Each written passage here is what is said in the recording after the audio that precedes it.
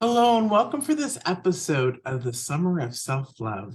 I'm your host, Mia Saenz, and in this episode, you get to meet Christine Roman. And she is the breakout, use your voice, be wild, gorgeous woman.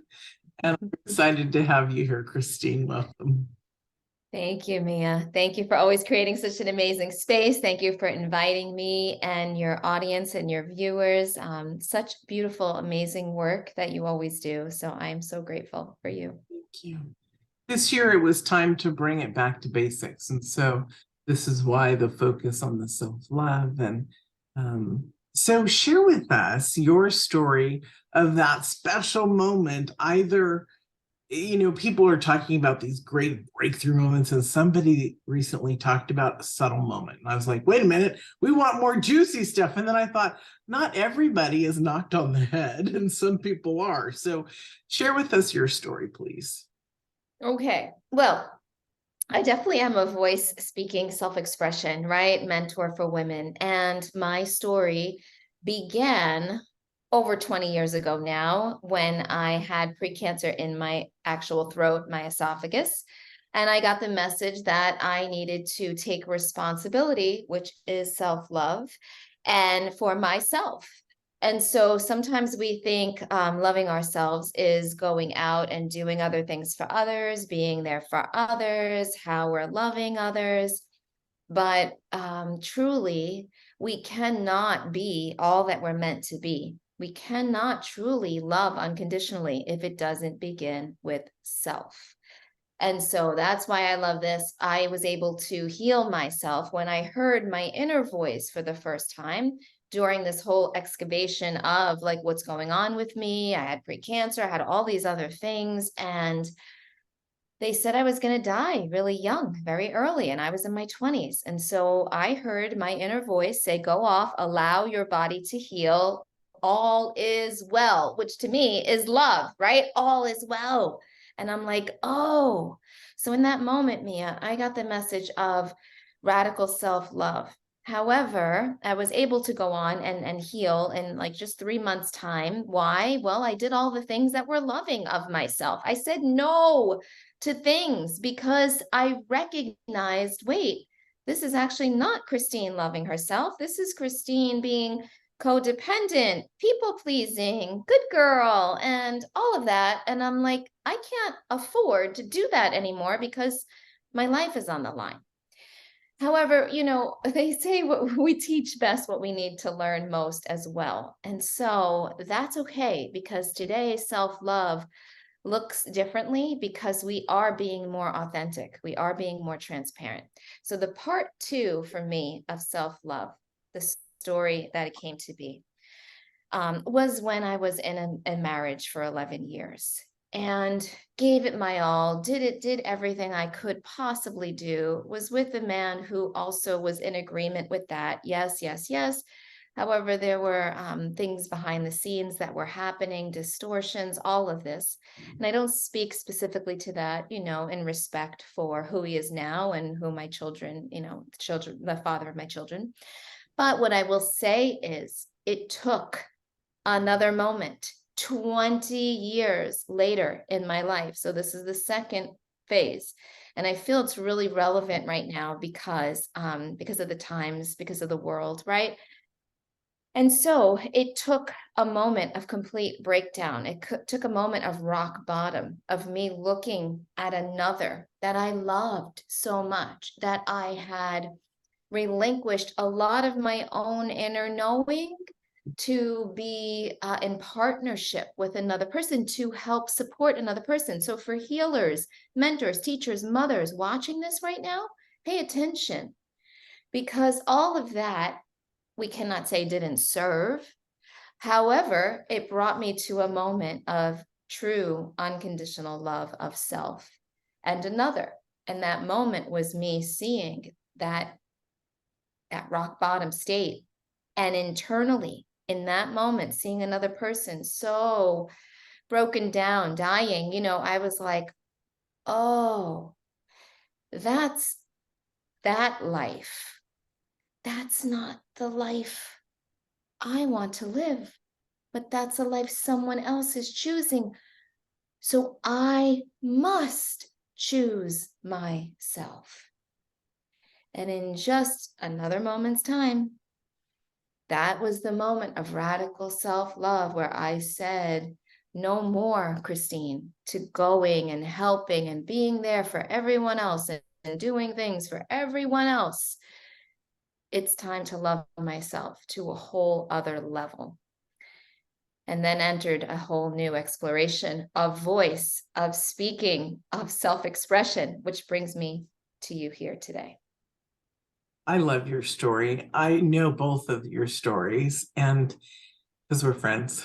And it's really beautiful because we have these moments in our life, don't we? Where, and who says that we're not going to have another one? We may have another one. Who Yeah. knows? It's Yeah. whatever our soul wants us to experience. And so to identify that we have these moments or dark moments is, some people are like, oh, well, you only have one awakening. No, we're always awakening to a higher level, a higher step. And so I love how you said, and again, I, experience this. And that's really beautiful. Really, really beautiful. Yeah, I think we need to let go of this idea that we get a message and then we are forever healed and complete of that story, dis-ease, whatever it is. It's like life is a journey. And we, especially in the times I think we have grown up, it's like you see this screen, you see the people, and you're like, oh my God, she's amazing. She doesn't have an, look how beautiful and graceful, and oh, she, and then thankful for Hollywood, which shows us, oh no, and then this happened, that happened, they're getting a divorce, this happened, we're all like, what's wrong? No, it's not what's wrong. It's what's right. It's right on. We are here for the journey. We do not know. We're not meant to know. So do I have regrets about all the time and the ways? No. I, as a person, required all of that time, all of those instrumental little lessons that led me to these huge awarenesses that had me and possibly the viewer watching this on the floor, feeling like it's over. It's all lost. What have I been doing? And all of that. But it brings us to that moment where we decide to show up differently. We make another choice, and our choice is our divine right. It is our will to live our lives as we desire, as we see fit, and as we choose. And when we choose, if we choose something that's not so great or we don't really like that, we get to choose again and again and again and again and again and again. So maybe the person watching this, you right now viewing this, you're like, God damn it, yes, like I am at that moment saying, how do I find myself here? But there's not a more beautiful place to be than in a choice moment. So welcome to the moment of your most powerful positioning as a person. And it's not done, but it is this moment that you get to choose. Yeah. So be all in, give it your all, and learn to really love yourself. Powerful. You said the word radical self-love a couple of times. Let's venture into radical self-love, because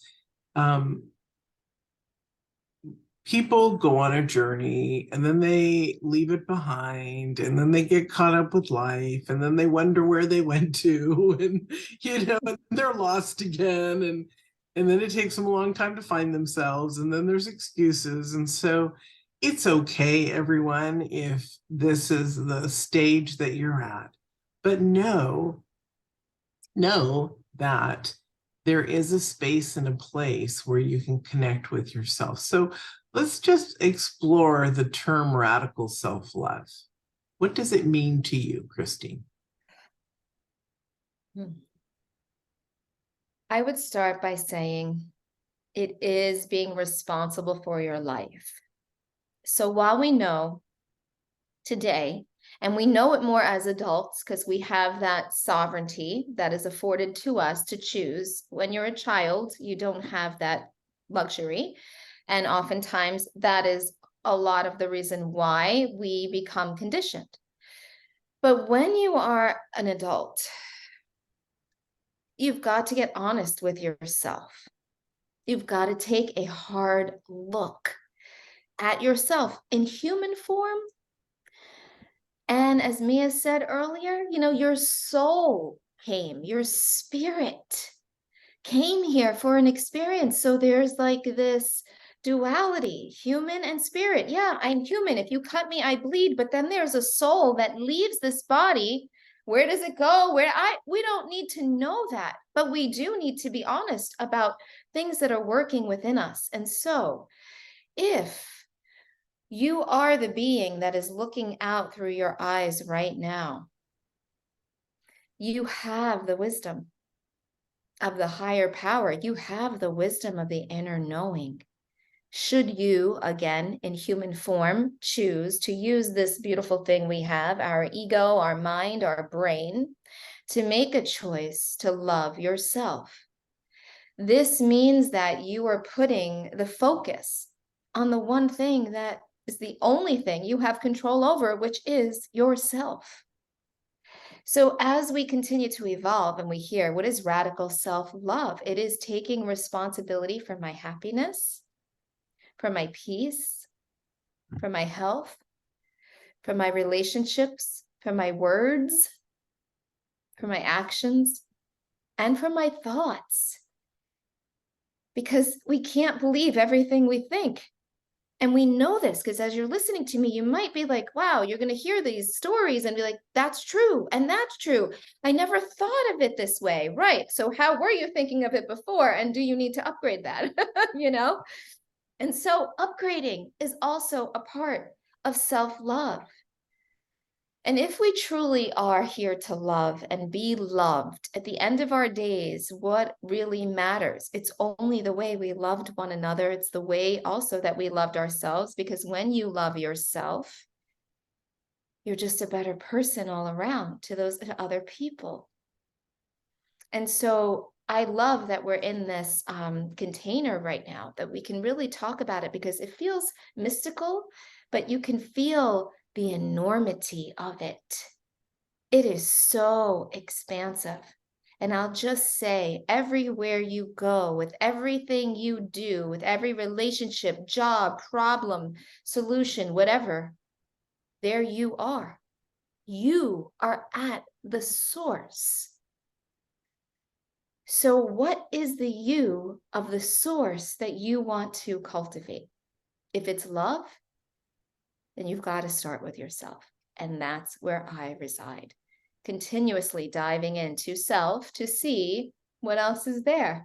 And how do I release that? And how do I stay responsible for it? And how do I remove myself if I'm not feeling so full of self-love? How do I get back to the me that is love? Beautiful. What I'm hearing, and it's what I experience myself, is I have a relationship with myself, right? You have a relationship with yourself, and the commitment for that relationship is so powerful that nothing else we've learned, because we've been conked on the head a couple times or more, nothing else matters, right? But that relationship, I mean, there are other things that matter, but to the depths of the love that we can produce within ourselves that heals us, allows us to love others on a deeper level. And that's the beauty that I love about this. Here's a question that some people might say, well, if I'm at this level and my partner's at another level and we're not on the same love level, what do I do? You don't do anything. Keep working on yourself. And creation, the universe, whatever you want to call it, will bring it forward what you need. Do you agree with that, Christine? Do you have thoughts on that? I do. I listen a lot to Dr. Joe Dispenza lately. A lot of people do. Yeah, and I just really appreciate his take on this. In the world of coaches and mentors and all of this, he says what we are saying, what you have just said here today. Focusing on yourself is the greatest thing and the greatest gift, the greatest solution to all of your problems. When you focus on yourself, the things that trigger you now with that relationship that you're currently in will no longer trigger you, so that you can be unconditional love wherever you go. And if someone is doing something, saying something, it doesn't affect you because you know how to take care of yourself, even if it means walking out of the room and saying, speaking your truth. Well, this conversation isn't serving us. So I'm going to, go and be in communication of it. But I thought, it's just so beautiful to know that we're evolving to places where being loving of ourselves is also communication. So this is my work. This is my work with voice, communication, connection equals currency, and currency is everything you invest in. So yes, that relationship that you're investing in right now is your currency. So how can you clean it up through communication? It will bring connection, even if it brings connection where you both say, this is not really good for us anymore. We really have evolved in we've gone in different paths, and that's okay. So for relationship, absolutely start with yourself. And if you don't, you might end up like me, where I had something so horrific smack me in the face. And once again, I chose to either be dragged down and killed and destroyed because I was just going to go with another, or make a decision in that moment to choose to love myself radically. And that changed the trajectory of a lot of things because there was no more codependence, there was no more whatever. And then a lot of healing came in for everyone. So just to make that's really beautiful, that commitment part. I had something like that in the last couple of years where I decided that nothing mattered more than my relationship with myself. And I was a people person, right? We all are. We're raised that way to help and serve others. But I could see it directly in correlation with a disease that I was healing. And so in that space, I would ask all the time, okay, God, what do I need to learn that I haven't learned? Don't show me, tell me. Tell me. I'm listening. And so that's a beautiful space too. We can ask, as we do in meditation, but are we listening? And so in that listening space, we get to evolve when we're part of the co-creation of who we are, right? And so it's really to take it to another level. We could call it radical because most people don't do it. And that really is also along the lines as being committed to yourself to a place that no one else has ever gone, or you have never gone, because obviously others have taken their journey, and it would be blasphemy almost to say they have. Yeah.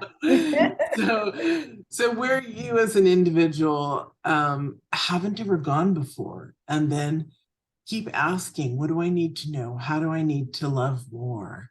These are beautiful questions. They've completely changed my life in the last 3 years. I've been a love teacher and teaching self-love and love mastery for 15 years. And it's like, I got bonked in the head too recently, in the last couple of years, but I've enjoyed that space of becoming from the warrior back or into space to the priestess space, because what do you have when you have the spiritual and the warrior, right?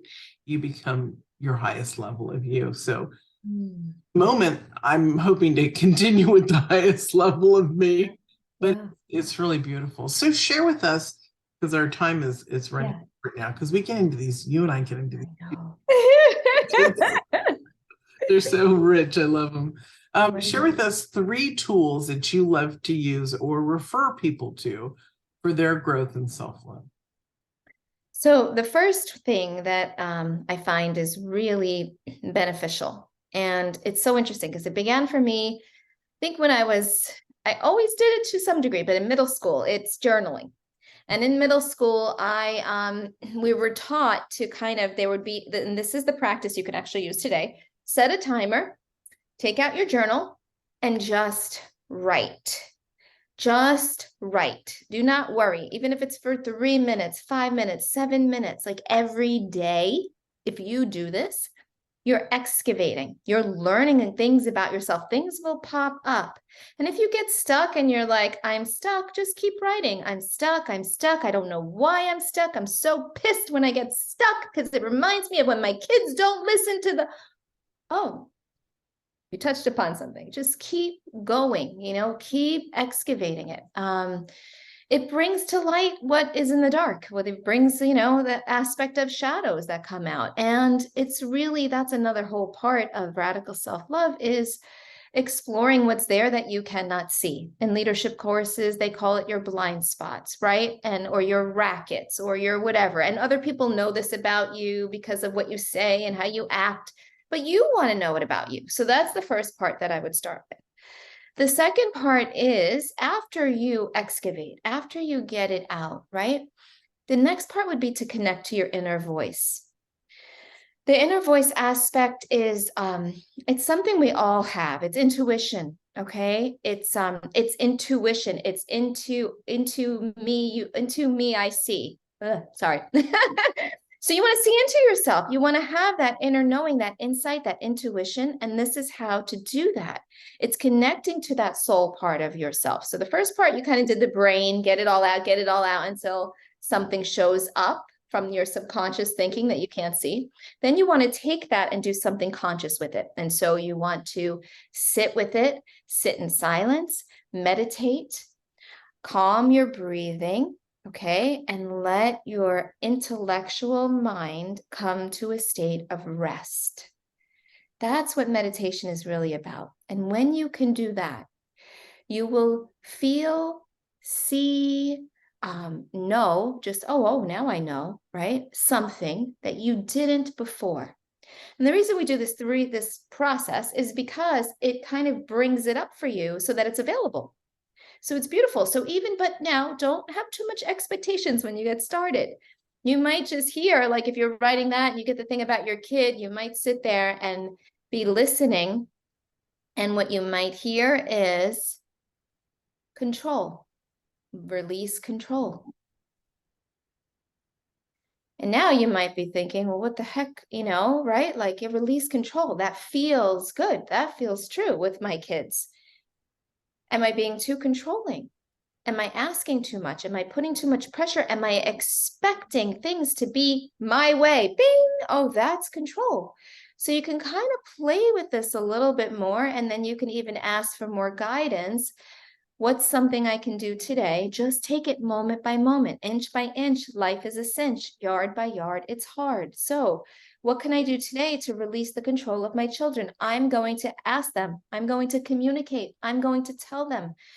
Guys, I sat in meditation today, and what I saw was like, I'm being really controlling, and I don't want that for us in our relationship. I myself, in loving myself, don't allow others to control me. I don't like when. And so, right, it's just an illusion control. What we control controls us. So if I'm trying to do that, I'm going to call myself out. I'm going to put other things around me to be supportive so they can say, hey, mom, you're doing that thing again.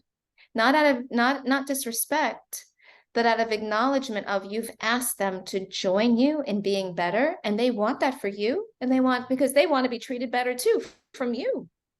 Oh, so this is all a beautiful unraveling, of what it could be.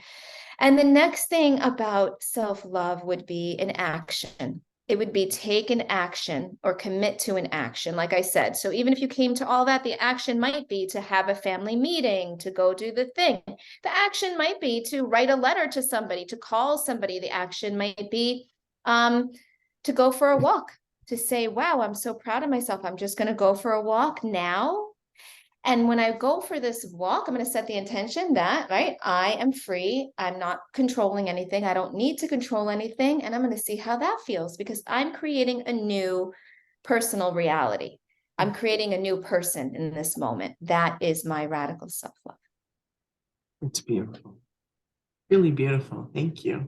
You're welcome. And we only know these things. Like, this is what I love about, this kind of a show and a series, is because we practice this. So I can ask Mia at any point in time, hey, Mia, like, what do you, and she has it available because she does the work. That's who I want to be with. I want to be with someone who's radically self-responsible.